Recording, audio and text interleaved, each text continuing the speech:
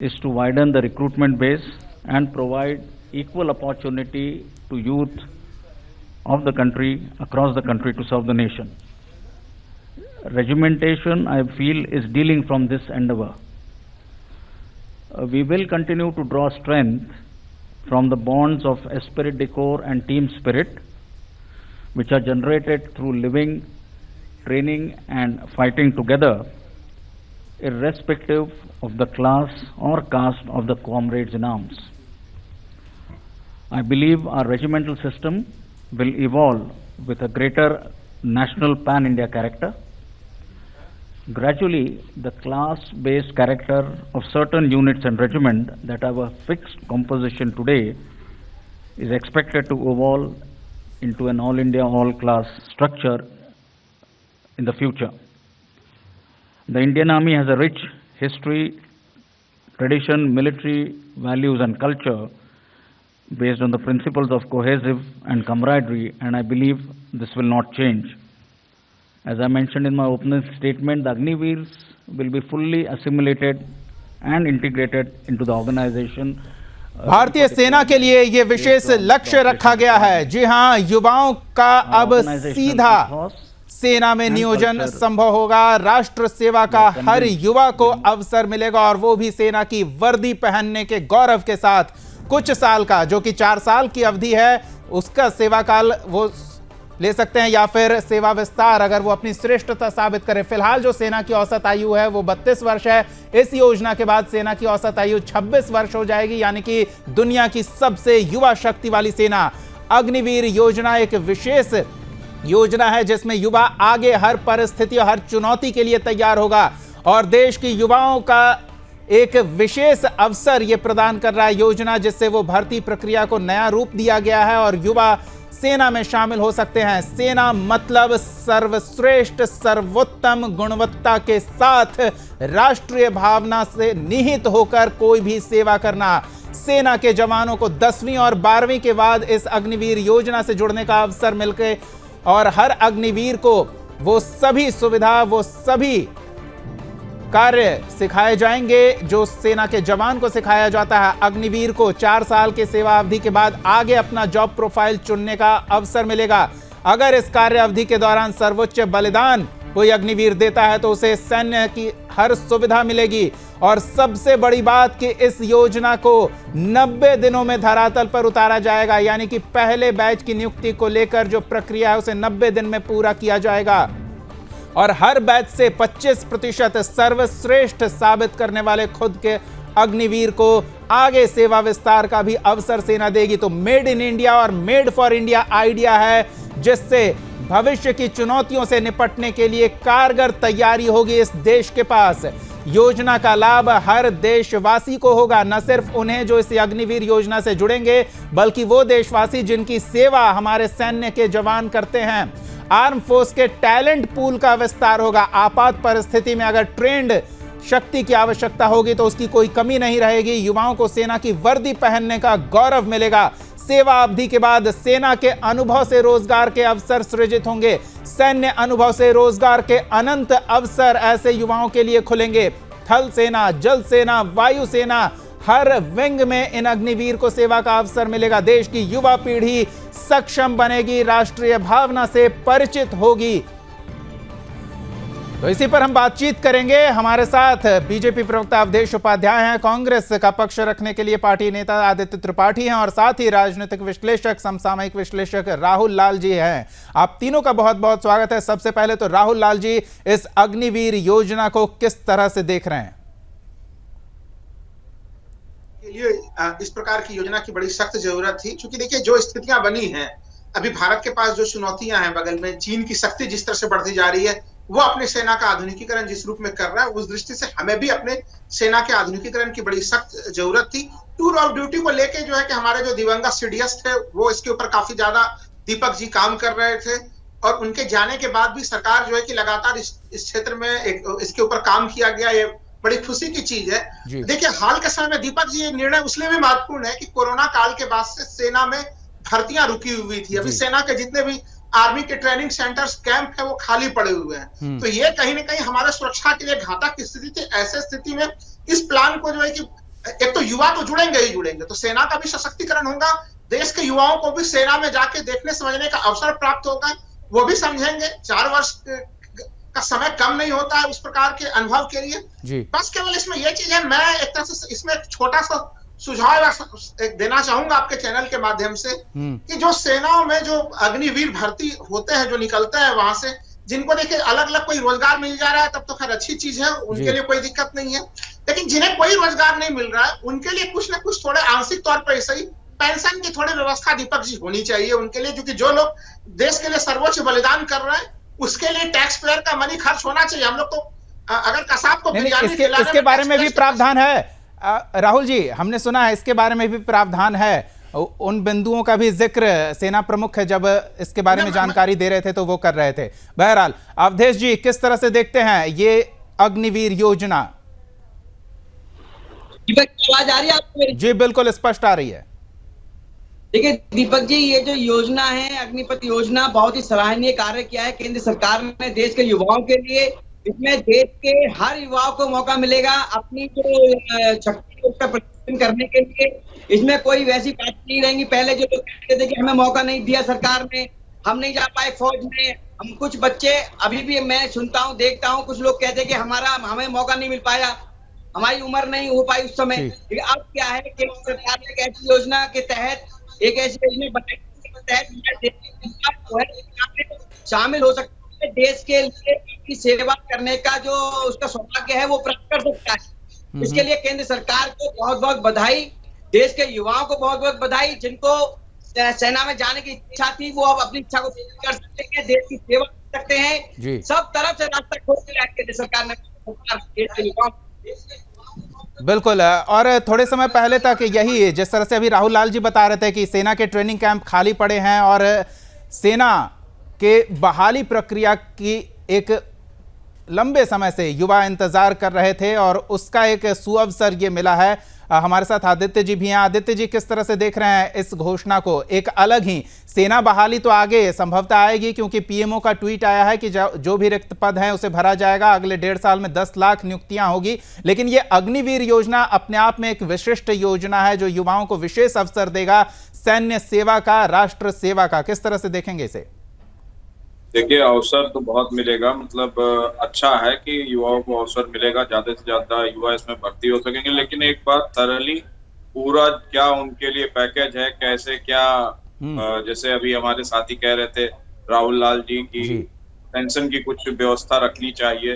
तो इस तरह से जैसे जो 4 साल सेना में सेवा दे रहा है, जो सेना के लिए काम कर रहा है, उसके लिए क्या कैसे पैकेज रहेंगे, हेल्थ का कैसे क्या पैकेज रहेगा, तमाम चीजें हैं जिस पे डिस्कशन होना चाहिए। बिल्कुल सही बात है। और आदित्य जी, आपने ये विषय वस्तु ले आया है तो हम बता दें, टेक्स्ट में वो जानकारी छूट गई थी।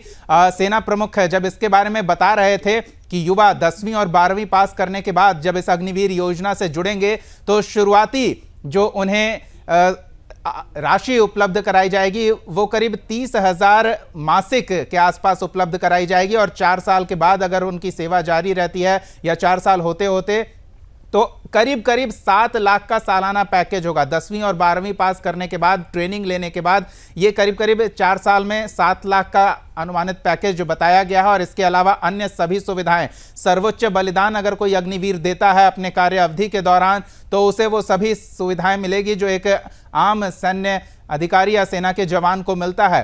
तो ये सब सोच विचार कर किया गया है। आपकी चिंता सही है, स्वाभाविक सी बात है, और इसके बारे में भी जानकारी साझा की गई है। जी 4 साल का जो ये कार्यकाल रखा गया, इसमें 3.5 साल का कार्यकाल है और आधे साल की ट्रेनिंग है जी। तो ये भी क्लियर रहना चाहिए कि ट्रेनिंग के दौरान से ही उनको भत्ता मिलना शुरू हो जाए, और ये भी एक महत्वपूर्ण होना चाहिए। बिल्कुल राहुल जी, एक और महत्वपूर्ण बात कही गई कि इससे सिर्फ उन युवाओं को लाभ नहीं होगा जो अग्निवीर बनेंगे, बल्कि पूरे देश को लाभ होगा। क्योंकि हमने देखा है सेना की भूमिका न सिर्फ सीमाओं पर बल्कि किसी भी आपात परिस्थिति में देश के किसी भी हिस्से में सेना के जवान, क्योंकि वो वेल ट्रेन्ड होते हैं, वेल इक्विप्ड होते हैं और डिसिप्लिन्ड होते हैं, तो किसी भी परिस्थिति में वो हर चुनौती से निपटने में सक्षम है। तो ऐसी एक बड़ी आबादी तैयार होगी जो देश में हर परिस्थिति से निपटने के लिए तैयार रहेगी आगे आने वाले समय में। बिल्कुल दीपक जी, देखिए इसके 2-3 लाभ तो काफी बड़े स्तर के लाभ हम लोगों को दिख रहे हैं कि जी अभी इस समय जो स्थिति हम लोग देश में देख रहे हैं, तो कहीं न कहीं देश का एक बड़ी आबादी जब इस रूप से सेना में 4 वर्ष के लिए जाएगी, वो वहां से बाहर भी अगर निकल के आएगी, तो उनके पास देश सेवा का कैसा जज्बा होगा, देश प्रेम किस रूप में होगा, वो राष्ट्रीयता को अपने किस अंदाज में देखेंगे, तो चाहे वो देशभक्ति हो, राष्ट्रीयता हो, उसका एक जबरदस्त जो है कि उनमें होगा। साथ ही साथ जो चीजें हम लोग कह रहे हैं कि मान लीजिए कि वो चूंकि सेना में काफी कठोर ट्रेनिंग के साथ वो निकले हुए होंगे, तो चाहे वो आपदा प्रबंधन से संबंधित चीज हो, चाहे वो फायर ब्रिगेड से संबंधित चीज हो, जहां पे कि काफी जोखिम लेके इस प्रकार के आपदा प्रबंधन को करना होता है, तो एक तरह से हमारे पास एक बड़ा सा एक वर्कफोर्स होगा जो आपातकालीन परिस्थितियों में काफी त्वरित तौर पर निर्णय लेके वहां से समाधान खोजने में सक्षम होगा। तो कई सारे बहुपक्षीय लाभ होंगे, एक जिसको हम लोग कहते हैं कि समाजीकरण, सोशलाइजेशन, कि देशभक्ति का किस तरह से देश को जानने के बारे में।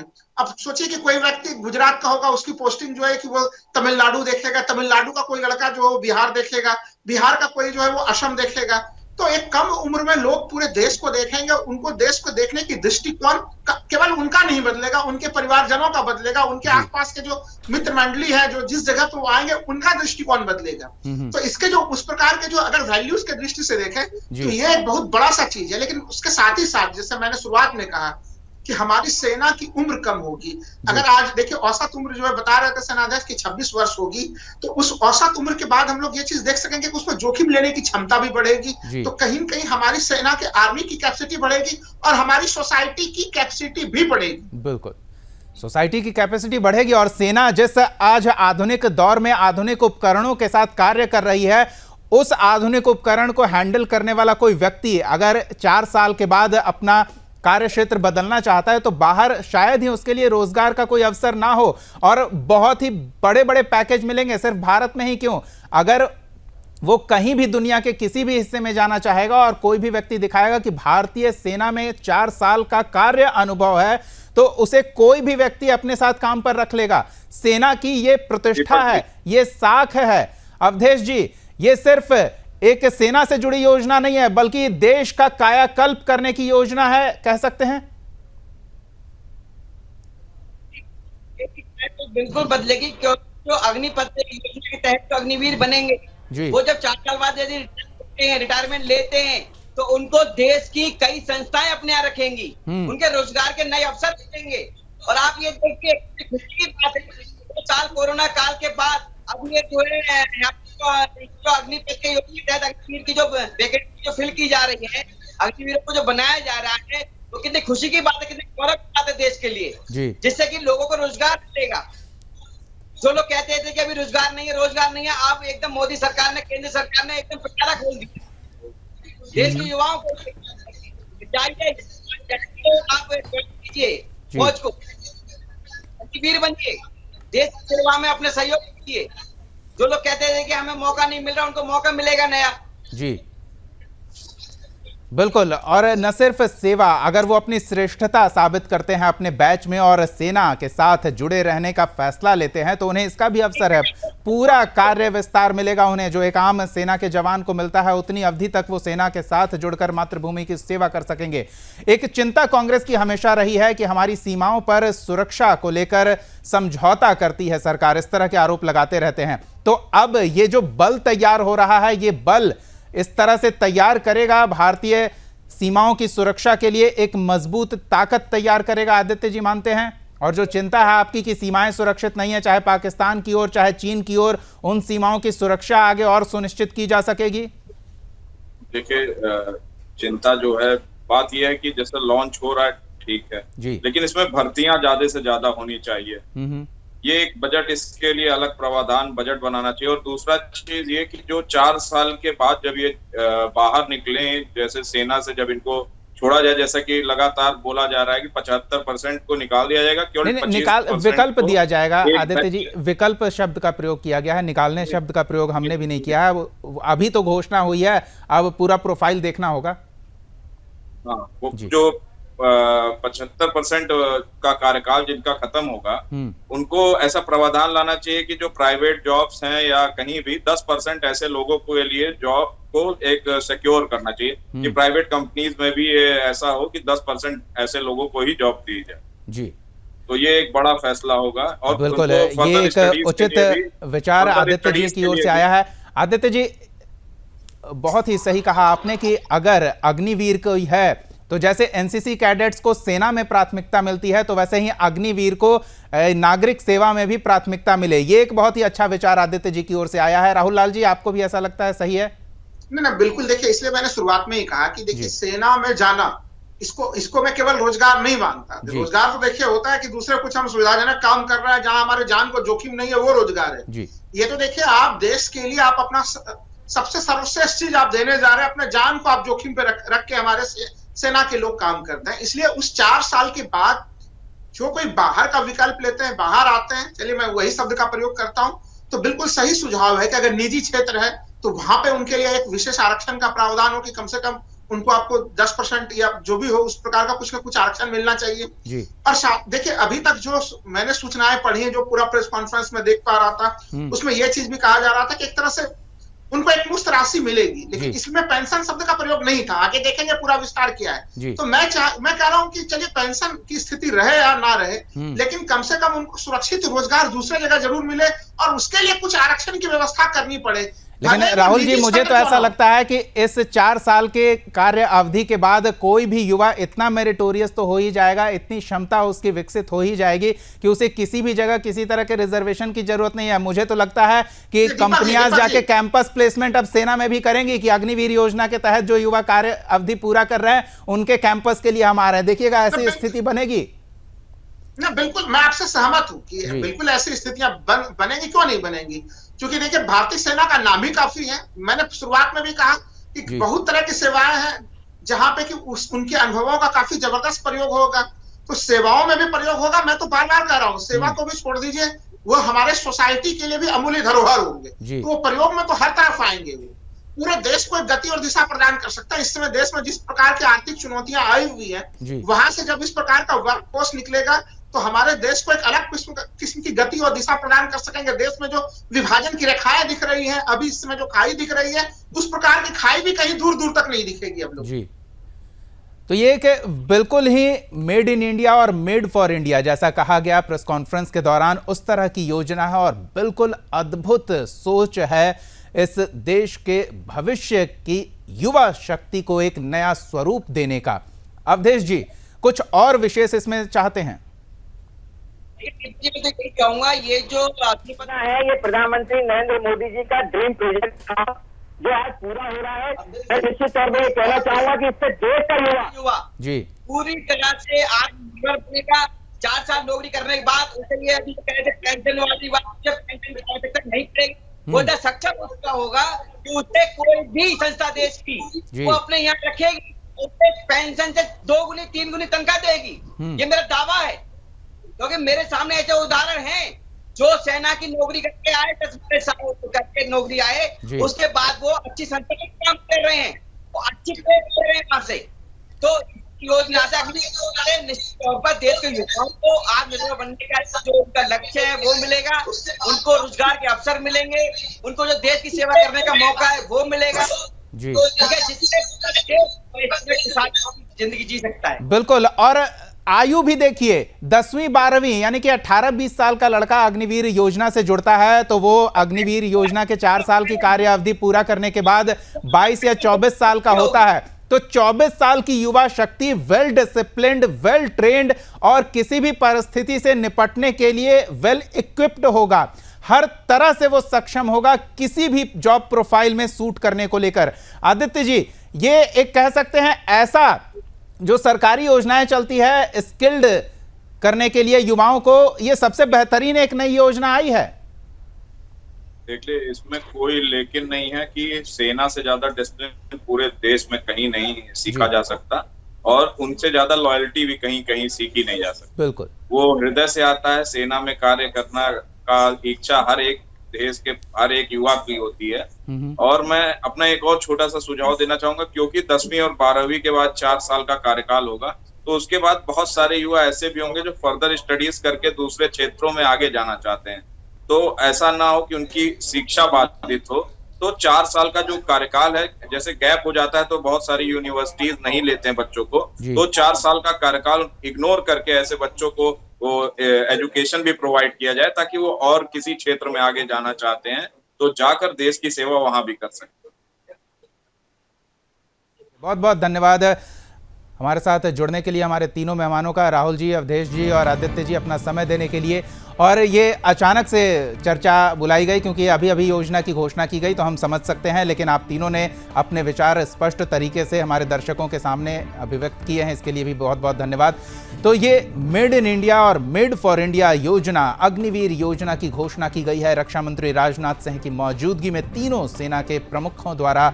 और ये एक ऐसा कार्यक्रम है जो भविष्य की शक्ति को, भारत के युवा शक्ति को एक कायाकल्प का अवसर प्रदान करती है और आने वाले भविष्य के भारत के लिए एक मजबूत बुनियाद रखेगी जो सैन्य सेवा से जुड़ी होगी।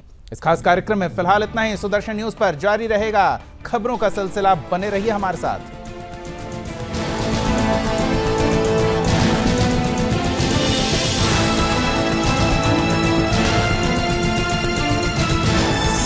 आप देख रहे हैं सुदर्शन न्यूज।